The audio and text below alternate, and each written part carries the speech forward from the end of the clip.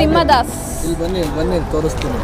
ಈ ಹೋಟ್ಲಲ್ಲಿ non veg ಇದೆ, ನಾರ್ತ್ ವೆಜ್ಜು ಇದೆ. ನೋಡಿ, obviously north side veg, south side veg. Hi hello ಎಲ್ರಿಗೂ ನಮಸ್ಕಾರ, welcome to my channel pillion rider Kannada blogs.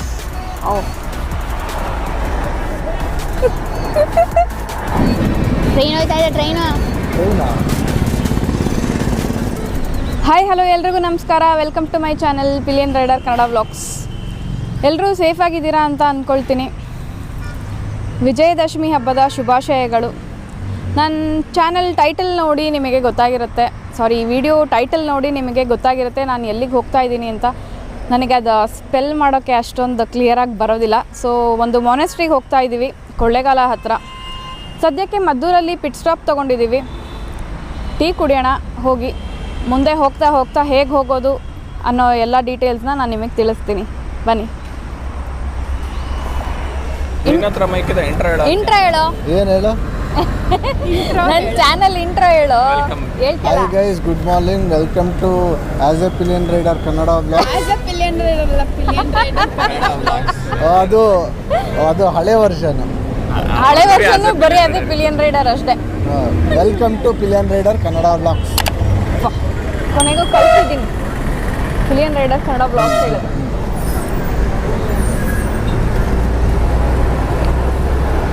Actually ನಾವು ಕನಕಪುರ ರೋಡ್ ಕಡೆಯಿಂದ ಕೂಡ ಬರ್ಬೋದಿತ್ತು, ಬ್ಯಾಂಗ್ಳೂರಿಂದ ಹೊರಟ್ರೆ.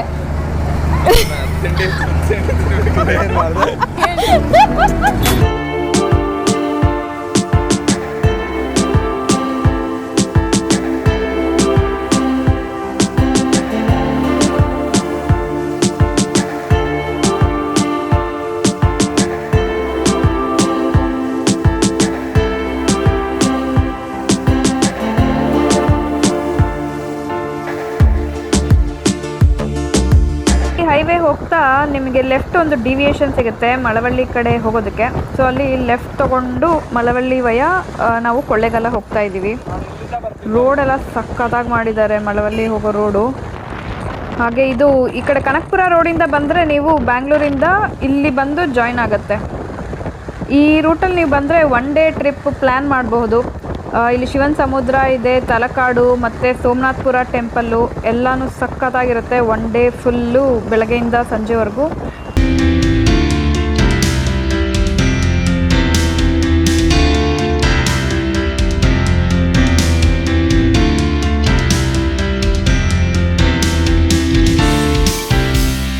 ಚುಕ್ಕಿ ಜಲಪಾತಕ್ಕೆ ಸುಸ್ವಾಗತ. ನಾನು ಆವಾಗಲೇ ಹೇಳಿದ್ನಲ್ಲ, ಈ ಕಡೆಯಿಂದ ಹೋದರೆ ನಿಮಗೆ ಗಗನಚುಕ್ಕಿ ಮತ್ತು ಭರಚುಕ್ಕಿ ಇದೆರಡೂ ಕೂಡ ನೋಡಬಹುದು.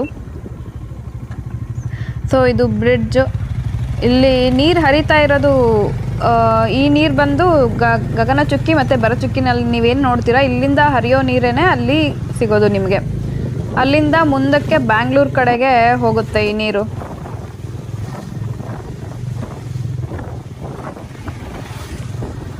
ಇನ್ನೊಂದು ಹೇಳೋದು ಮರ್ತಿದ್ದೆ, ಬೆಳಗ್ಗೆ ಬೆಂಗಳೂರಲ್ಲಿ ಹೊರಟಾಗ ಫುಲ್ಲು ಮಳೆ ಜೋರಾಗಿ ಸುರಿತಾ ಇತ್ತು. ಬಟ್ ಇಲ್ಲಿ ಆಲ್ಮೋಸ್ಟ್ ಮೈಸೂರು ರೋಡ್ ಬಂದಾಗಲಿಂದ ಒಂದು ಹನಿ ಮಳೆ ಇಲ್ಲ. ಬಿಸಿಲು ಶುರುವಾಗ್ಬಿಟ್ಟಿದೆ ಆಲ್ರೆಡಿ, ಫುಲ್ಲು ಸುಡ್ತಾ ಇದೆ ಬಿಸಿಲು ಮಾತ್ರ.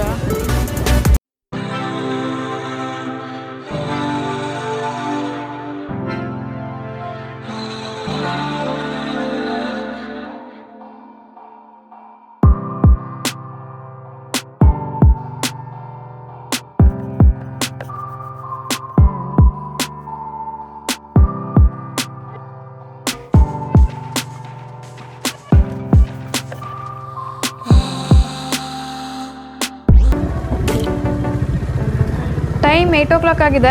ಕೊಳ್ಳೇಗಾಲ ದಾಟಿದ್ವಿ. ಬಟ್ ಅಲ್ಲಿ ಬ್ರೇಕ್ಫಾಸ್ಟ್ ಮಾಡೋಣ ಅಂದ್ಕೊಂಡ್ವಿ, ಯಾವುದೂ ಹೋಟ್ಲು ಸಿಗಲಿಲ್ಲ. ಹಾಗಾಗಿ ಕೊಳ್ಳೇಗಾಲದಿಂದ ಇವಾಗ ಹಾನೂರು ಕಡೆ ಹೋಗ್ತಾ ಇದ್ವಿ. ಇಲ್ಲಿ ಹಾನೂರಲ್ಲಿ ಹೋಟೆಲ್ಸ್ ಇದೆ ಅಂತ ಹೇಳಿದ್ರು. ರೋಡು ಮಧ್ಯದಲ್ಲಿ ಹಾನೂರಿಗೆ ಹೋಗ್ತಾ ನಿಮಗೆ ಈ ಥರ ಫುಲ್ಲು ರೆಡಿ ಮಾಡ್ತಾ ಇದ್ದಾರೆ ಅನಿಸುತ್ತೆ. ಹಾಗಾಗಿ ಫುಲ್ಲು ಧೂಳಿದೆ ಸಿಕ್ಕಾಪಟ್ಟೆ ಇಲ್ಲಿ. ಹಾನೂರಲ್ಲಿ ಬ್ರೇಕ್ಫಾಸ್ಟ್ಗೆ ಸ್ಟಾಪ್ ತೊಗೊಂಡಿದ್ದೀವಿ. ಕೊಳ್ಳೇಗಾಲದಲ್ಲೇ ಆ್ಯಕ್ಚುಲಿ ಬ್ರೇಕ್ಫಾಸ್ಟ್ ಮಾಡ್ಬೋದಿತ್ತು, ಬಟ್ ತುಂಬ ಬೇಗ ಆಯಿತು. ಇನ್ನೊಂದು ಸ್ವಲ್ಪ ಮುಂದೆ ಹೋಗಿಬಿಟ್ಟು ಬ್ರೇಕ್ಫಾಸ್ಟ್ ಮಾಡೋಣ ಅಂತ ಹಾನೂರಲ್ಲಿ ನಿಲ್ಲಿಸಿದ್ವಿ. ಆನ್ ದಿ ವೇ ತುಂಬ ಹೋಟೆಲ್ಸ್ ಕ್ಲೋಸ್ ಆಗಿತ್ತು, ಬಿಕಾಸ್ ಇವತ್ತು ಹಬ್ಬ ಅಂತ. ನೆನ್ನೆ ಆಯುಧ ಪೂಜೆ ಆಗಿದೆ. ಸೊ ಇವತ್ತು ವಿಜಯದಶಮಿ ಅಂತ ಮೇ ಬಿ ಕ್ಲೋಸ್ ಮಾಡಿರಬಹುದು. ಇಲ್ಲಿ ಒಂದು ಹೋಟೆಲ್ ಸಿಕ್ತು, ಶ್ರೀ ಗುರು ಮಲ್ಲೇಶ್ವರ ಅಂತ. ಸೊ ಇಲ್ಲೇ ಟ್ರೈ ಮಾಡೋಣ ಅಂತ ಅಂದ್ಕೊಂಡಿದ್ದೀವಿ. ಹೋಗಿ ಬ್ರೇಕ್ಫಾಸ್ಟ್ ಮಾಡ್ತೀನಿ ಇವಾಗ. ಹಾಗೆ ಇಲ್ಲಿಂದ ಇನ್ನೊಂದು 30 ಕಿಲೋಮೀಟರ್ಸ್ ಇದೆ ನೆಕ್ಸ್ಟ್ ಜರ್ನಿ ಮಾನೆಸ್ಟ್ರಿವರೆಗೂ. ತಿಂಡಿ ತಿಂದಮೇಲೆ ರಿವ್ಯೂ ಹೇಳ್ತೀನಿ. ಜಾಸ್ತಿ ಯಾವುದು ಐಟಮ್ಸ್ ಇರಲಿಲ್ಲ ಇವ್ರ ಹತ್ರ, ಬರೀ ದೋಸೆ ಒಂದೇ ಇದ್ದಿದ್ದು. ಸೊ ಅದು ಓಕೆ ಆಗಿತ್ತು. ಪಾಲಿಗೆ ಬಂದಿದ್ದು ಪಂಚಾಮೃತ. ಹಾನೂರು ಮೇನ್ ರೋಡಲ್ಲೇ ಬಂದರೆ ಹೀಗೆ ನಿಮಗೆ ಇಲ್ಲಿ ಪೊಲೀಸ್ ಸ್ಟೇಷನ್ ಸಿಗುತ್ತೆ. ಒಂದು ಸರ್ಕಲ್ ಥರ ಇದೆ. ಈ ಸರ್ಕಲಲ್ಲಿ ನೀವು ರೈಟ್ ತೊಗೊಳ್ಬೇಕು ಈ ದಾಂಡ್ಲಿಂಗ್ ಮಾನೆಸ್ಟ್ರಿ ಕಡೆ ಹೋಗೋದಕ್ಕೆ. ಮುಂದೆ ಫುಲ್ಲು ಕಾಡಂತೆ, 37 ಕಿಲೋಮೀಟ್ರ್ ಇದೆ ಇನ್ನೂ ಇಲ್ಲಿಂದ ಹೋಗೋದಕ್ಕೆ.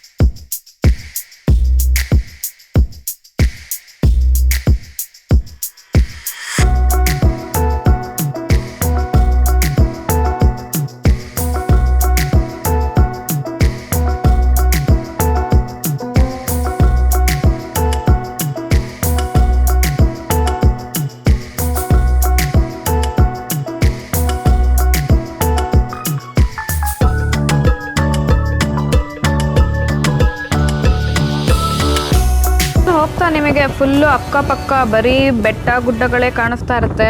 ಫುಲ್ಲು ಸೈಕಾಗಿದೆ, ವ್ಯೂ ಮಾತ್ರ ಸಖತ್ತಾಗಿದೆ.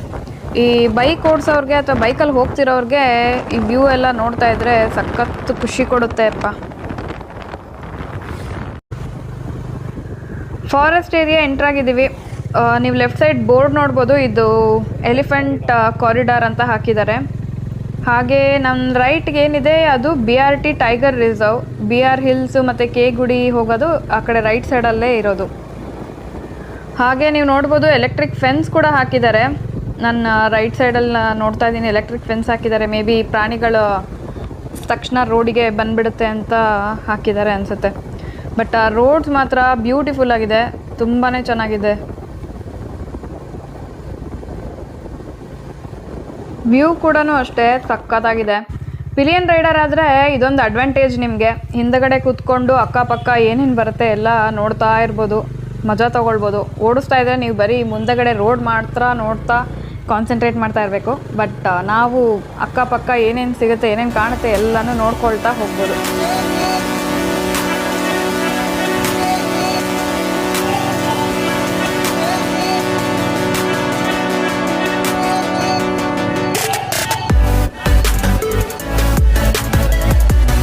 ಫಾರೆಸ್ಟ್ ಏರಿಯಾ ಆದಮೇಲೆ ಮೋಡಹಳ್ಳಿ ಅಂತ ಸಿಗುತ್ತೆ. ಇಲ್ಲಿ ರೈಟ್ ತೊಗೋಬೇಕು, ನಿಮಗೆ ಆರ್ಚ್ ಕೂಡ ಕಾಣುತ್ತೆ. Welcome to Dhondenling Tibetan settlement. So ಇಲ್ಲಿಂದ ಅರೌಂಡ್ ಇನ್ನೂ ಮುಂದೆ ಒಂದು 4 ಕಿಲೋಮೀಟರ್ಸ್ ಏನೋ ಇದೆ. ದಾರಿ ಉದ್ದಗೂ ಫುಲ್ಲು ಮಾನೆಸ್ಟ್ರೀಸ್ ಇರುತ್ತೆ.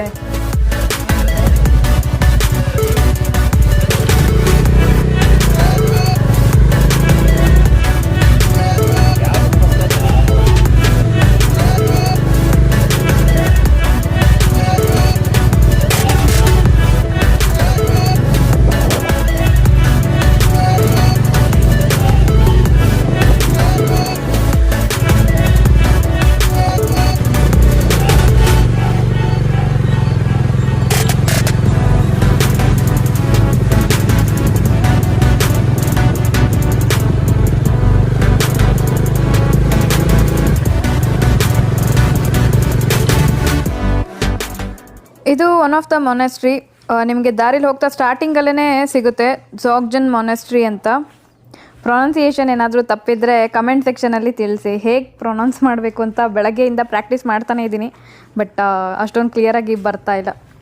ಪೇಂಟಿಂಗ್ಸ್ ನೋಡಿ ಎಷ್ಟು ಬ್ಯೂಟಿಫುಲ್ ಆಗಿದೆ ಅಂತ. ಒಳಗಡೆ ಹೋಗ್ಬೋದಾ ಇಲ್ವಾ ಅಂತ ಗೊತ್ತಿಲ್ಲ, ಕೇಳಬೇಕು. ಬಟ್ ಇಲ್ಲಿಂದ ತೋರಿಸ್ತೀನಿ ನೋಡಿ. ಇವ್ರದ್ದು ಆರ್ಟ್ ವರ್ಕ್ ಮಾತ್ರ ಸಖತ್ತಾಗಿರುತ್ತೆ. ಒಳಗಡೆ ಹೋಗಿ ನೋಡಿದ್ರೆ ಇನ್ನೂ ಸಖತ್ ಖುಷಿಯಾಗುತ್ತೆ ಆ್ಯಕ್ಚುಲಿ. ಯಾರ್ಯಾರು ನನ್ನ ಚಾನಲ್ಗೆ ಫಸ್ಟ್ ಟೈಮ್ ವಿಸಿಟ್ ಮಾಡಿದ್ದೀರಾ, ಹಾಗೆ ಈ ವಿಡಿಯೋ ನೋಡ್ತಾ ಇದ್ದೀರಾ ಫಸ್ಟ್ ಟೈಮ್, ಸಬ್ಸ್ಕ್ರೈಬ್ ಮಾಡಿ.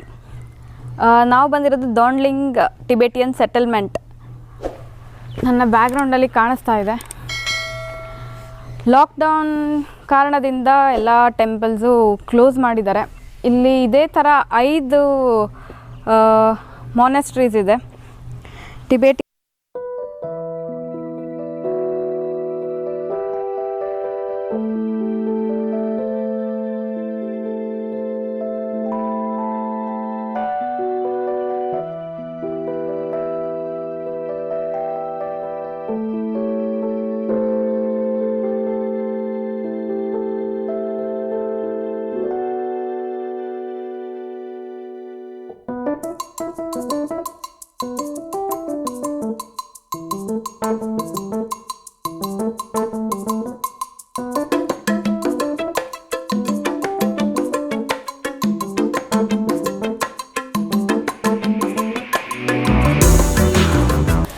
ಈ ಟಿಬೆಟಿಯನ್ ಸೆಟಲ್ಮೆಂಟು 1974 ಕರ್ನಾಟಕ ಮತ್ತು ಇಂಡಿಯಾ ಗೌರ್ಮೆಂಟ್ ಎರಡೂ ಸೇರಿ ಮಾಡಿರೋದು.